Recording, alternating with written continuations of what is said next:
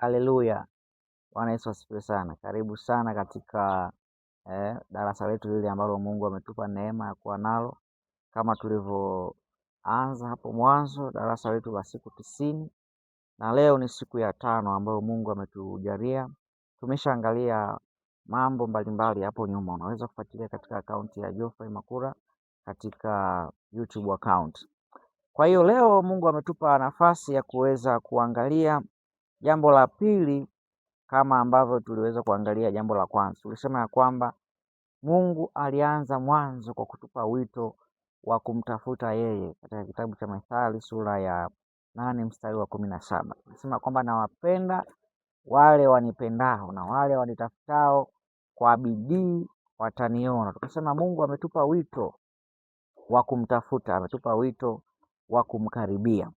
Sasa hapa tukasema ya kwamba kwa nini Mungu anatupa wito, kwa nini tunashawishika kumtafuta Mungu kwa bidii. Kwanza, Mungu anajifunua katika sifa 6 kutoka katika kitabu hichi cha Methali sura ya 8. Anajifunua kwa sifa 6. Tuliangalia sifa ya kwanza ambayo ilikuwa nasema Mungu ni mshauri wa ajabu, ni mshauri mwema. Kwa leo moja kwa moja tuangalie sifa ya pili. Sifa ya pili katika Methali hiyo sura ya 8 mstari wa 14. Kipengele B. Maandiko yanasema Mungu ana sifa ya kuwa na maarifa sahihi.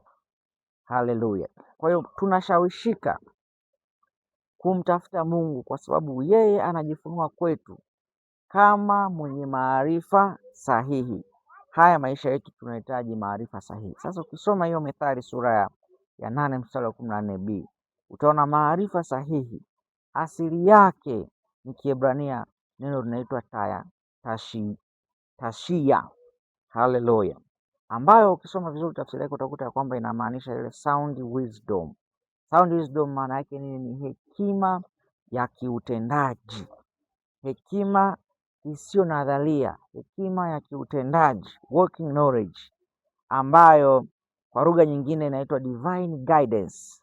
Kipawa cha Mungu ni hekima ya Mungu, ni kipawa cha Mungu ambayo ndiyo Mungu anajifunua. Kwa hiyo kwa tunashawishiwa, tunashawishika, tunaaswa kumtafuta Mungu kwa bidii kwa sababu kwake kuna maarifa sahihi katika utendaji. Tunatamani kufanikiwa utendaji katika biashara zetu, utendaji katika huduma tulizonazo, utendaji katika kazi, utendaji katika masomo, utendaji katika familia, utendaji katika jamii na taifa kwa ujumla. Yote hayo tunahitaji hekima iliyo ya kiutendaji, sio hekima nadharia. Tunahitaji maarifa ya kiutendaji.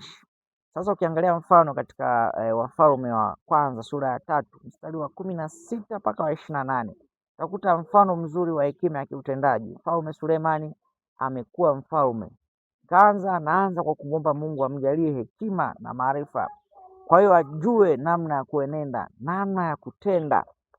Wanawake wawili wanaenda kwa Sulemani.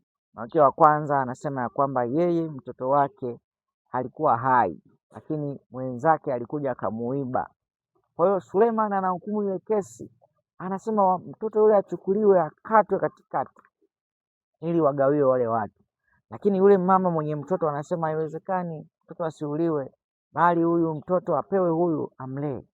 Anaonyesha ya kwamba hukumu ambayo Sulemani anakuja kuitoa inaleta taharuki katika jamii. Haleluya. Na hapa nitakusomea angalau upate kuona mstari wa 28 katika Wafalme wa kwanza sura ya 3. Maandiko yanasema na Israeli wote wakapata habari za hukumu ile aliyoihukumu mfalme, wakamuogopa mfalme, maana waliona ya kuwa hekima ya Mungu ilikuwa ndani yake ili afanye hukumu. Kwa hiyo watu wana Israeli wanamuogopa mfalme, sio kwa sababu ya vitisho, bali kwa sababu ya utendaji ambao wamefanya. Sasa ukitaka katika kile unachokifanya upate ile heshima, upate ile kuthaminiwa, upate ile kuogopwa kwa maana ya kutazamwa kitofauti, lazima uwe na hekima ya kiutendaji. Maandiko yanasema wazi, maana waliona ya kuwa hekima ya Mungu ilikuwa ndani yake ili afanye hukumu. Kwa hiyo mpendwa, katika majukumu tulionayo, katika kazi ambazo tunazo mbele yetu, yako mambo mengi ambayo yanahitaji kufanyiwa maamuzi katika familia, katika masomo, katika biashara, katika huduma, katika taifa. Mambo haya yote yanahitaji hekima ya kimaamuzi, hekima ya kiutendaji, na hii inathibitishwa au inapatikana pekee kwa Mungu. Ndio maana anasema kwamba hawa watu walitaharuki, wakasema maamuzi aliyoyafanya Sulemani yanadhihirisha ya kwamba ndani yake kuna hekima ya Mungu. Kwa hiyo tunashawishika sasa kudhamiria kumtafuta Mungu kwa kina, kumtafuta Mungu kwa bidii, kwa sababu yeye anajifunua kwetu kama chanzo cha hekima na maarifa sahihi katika maisha yetu. Kwa hiyo kuwa pamoja na sisi, kuwa pamoja na mimi katika siku hizi 90 ili tudhamirie kumtafuta Mungu. Na hapa tumeangalia sifa mbili kwanza za jinsi ambavyo Mungu anajifunua kwetu, zinazotuvuta sisi kumtafuta yeye. Mwisho wa kipindi hichi ndio mwanzo wa kipindi kijacho. Tutaendelea kutafakari kwa kina na tutaendelea kuangalia tena sifa ya tatu ambayo Mungu anajifunua ya kuweza kutuvuta kwake katika kumtafuta yeye. Mungu akubariki sana. Usiache kualika ndugu jamaa na marafiki kulike na kushare katika akaunti yangu hii ya YouTube ya Geoffrey Makula. Mungu akubariki sana. Shalom.